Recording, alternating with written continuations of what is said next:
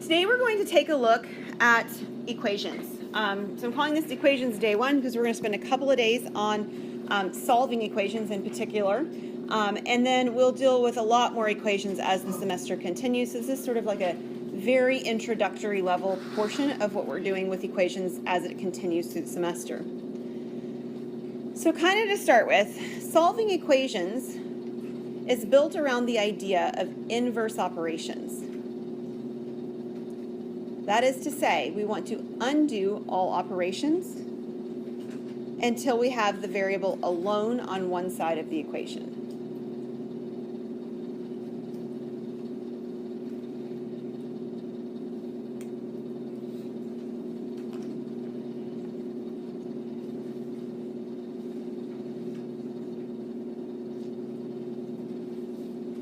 So we're going to start with inverse operations that are very familiar to you. For example, what is the opposite of addition? Subtraction. What is the opposite of division? Multiplication. So that's what I mean by inverse operations.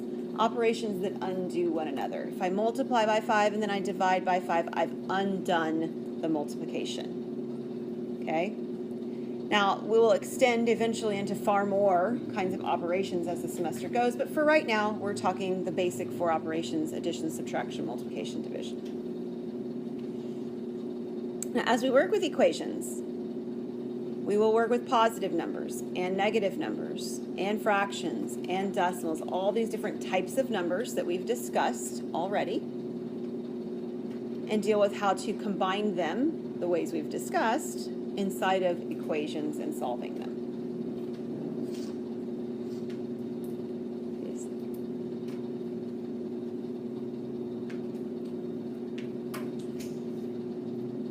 All right, does everybody have everything on the screen at this point? Are we good? Okay. So we're going to do a couple of examples. Start out with things that have just one operation to do. So again, our goal is to get the variable alone. So right now, on the left-hand side of my equation, the variable is not alone. It has a 3.2 added to it. So my goal is to get that 3.2 away from the x, that is to move to the other side of the equation.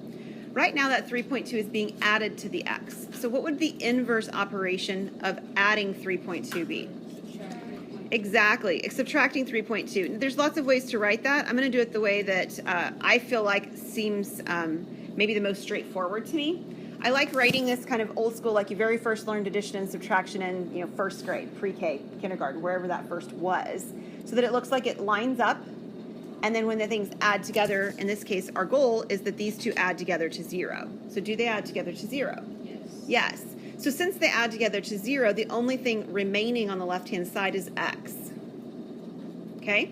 And then if we turn our attention to the right-hand side, we have 4.6 minus 3.2. Just traditional subtraction. It is decimals, but it is just subtraction. What do we get? 1.4. Okay. Everybody good with that? All right, on number 2, I wanted to show you that it doesn't matter which side of the equation the variable's on. So on this one, the y is on the right-hand side instead of the left-hand side. So we're just going to leave the y there, and we're going to move things around, but it'll say y equals on the right-hand side when we're done, okay? Or equals y on the right. So right now, the y on the right-hand side has a subtraction of 8. How would I undo that? Add 8. And it's to both sides. You got it. Equations are like balances. Whatever you do to the left, you have to do to the right. So on the left-hand side, I have 5 plus 8, which is 13. And on the right-hand side, this piece actually becomes 0. 0, not 1. It's addition and subtraction. Right? Negative 8, positive 8, 0. And then we just have the y. Is that what you were trying to tell me? The 1y. I misunderstood. You're a little far away from me to always hear exactly, but thank you for clarifying. Yeah, so I have a y left on the right-hand side. It's perfectly fine to leave your answer written like that. You don't have any problem with that. If it bothers you to have it written like that, you're welcome to rewrite it so that it says y equals 13 instead. Okay? It doesn't matter. All right, so this is undoing addition and subtraction. We're going to do one more with addition and subtraction. because you all love fractions, right? I was having a discussion this morning with my husband of the fact that fractions enter in about 5th grade, and he looked at me and he said, so 5th grade would be the grade when people stop liking math. And I said, that might be true, I'm not sure. Yeah, so fractions are involved in this one. Process is the same though. I want the z to be alone. So right now there's a 2 over 3, 2/3 added to the z, right? How would I move that? How do I undo that operation? I subtract 2/3 from both sides. Now, the subtraction here is not as straightforward. It's not as simple as subtracting integers or decimals, right? It isn't. We actually need probably another step or some scratch work to the side to get the common denominator portion of this working out for us. So I'm just going to write it down like this, and then we're going to talk. What's the denominator that these two will have in common? A 6, which would mean I multiply the first one by 3, because it'll give me a 6 on bottom, and the second one by 2 to give me a 6 on bottom. So now I have z equals, this would be 9 over 6 minus 4 over 6. Now that the denominators are the same, what will this become? 5. Yeah, 9 minus 4 will be 5 over the 6.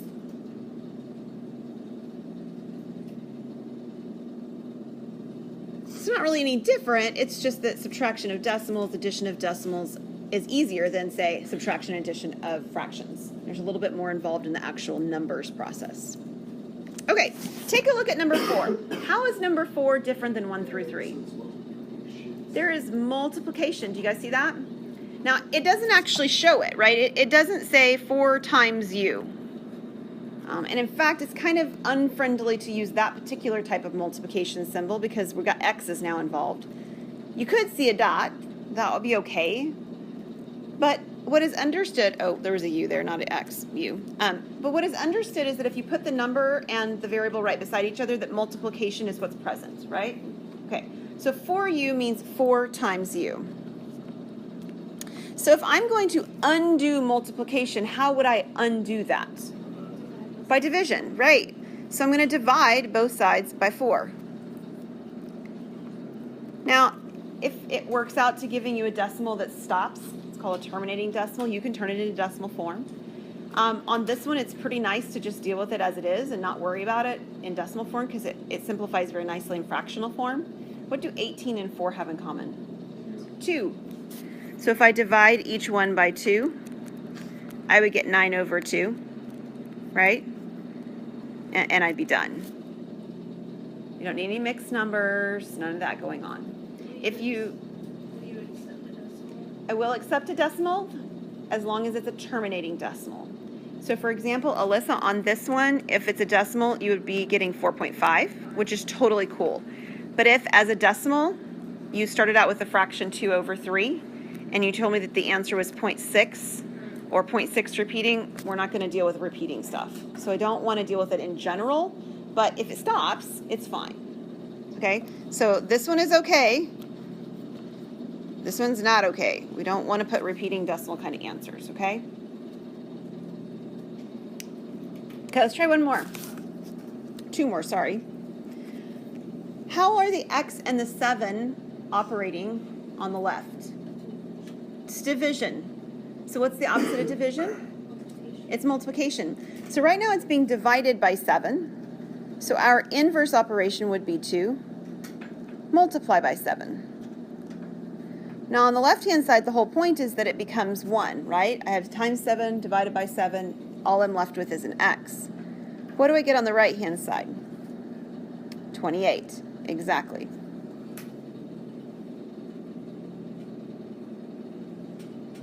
How about number 6?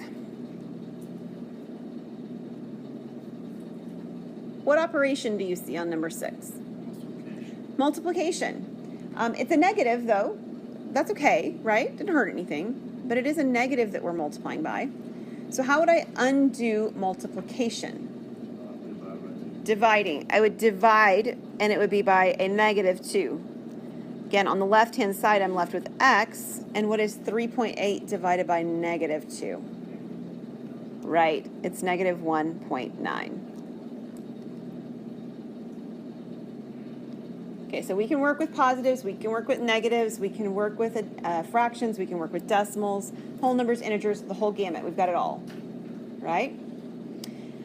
All of these problems were one-step problems.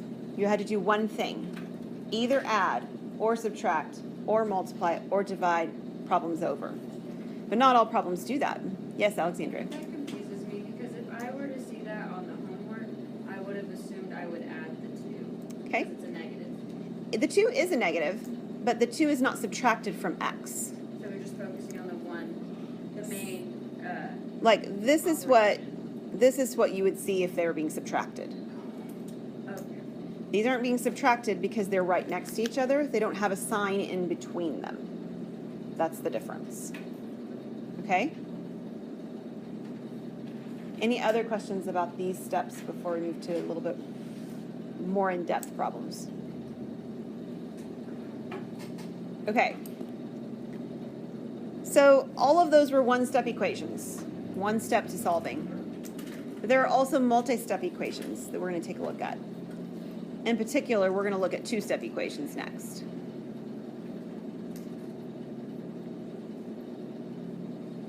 So Alexandria, number 1 here is a really good example of a subtraction one. There is actually that symbol between the variable and the number, so we are going to have a subtraction or addition to deal with on this one. Okay, so take a look on this one. Let me make one comment. I didn't write this down in my notes, but it's probably worth discussing. When we're working on solving equations, right, we're working from the outside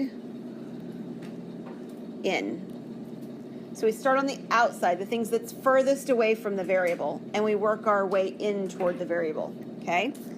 The second thing, if you want to think about it from a perspective of what operations do I do, we're going to do the reverse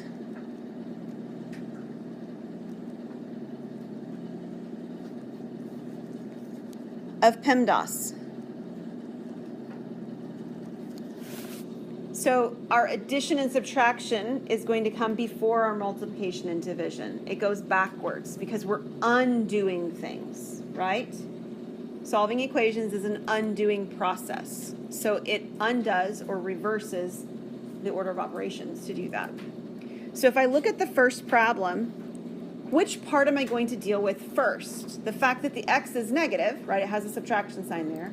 Or the fact that there's a 4 at the beginning. The 4, because it's the furthest away from the x. Okay, furthest away is the 4. Right now, this is a positive 4, right? It is. I know there's a negative after it, but that's a negative associated with the x. The 4 is positive. So how do I move that 4 and get rid of it from the left-hand side of the equation? I would subtract 4. And again, from both sides. So this piece adds to 0. And I'm left with the negative x on the left. Don't forget the negative. It's still there. And then what is 7 minus 4? 3.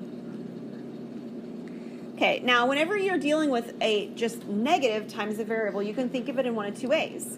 I need to get the negative to go away. So how could I do that? Divide by -1, or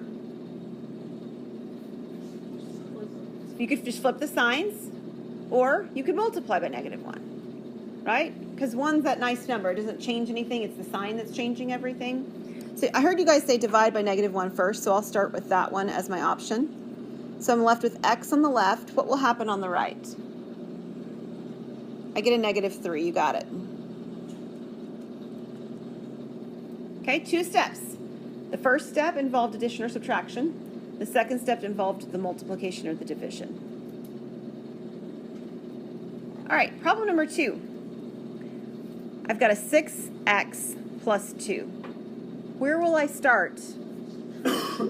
I'll start with the 2 with subtraction. You got it. So I'm going to start by subtracting 2.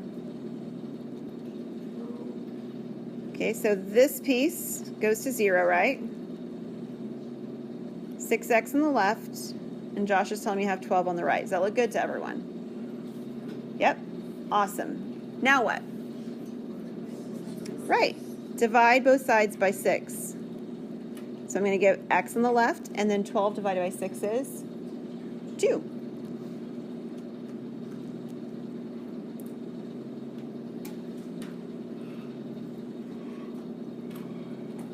Okay, the next problem is a little different.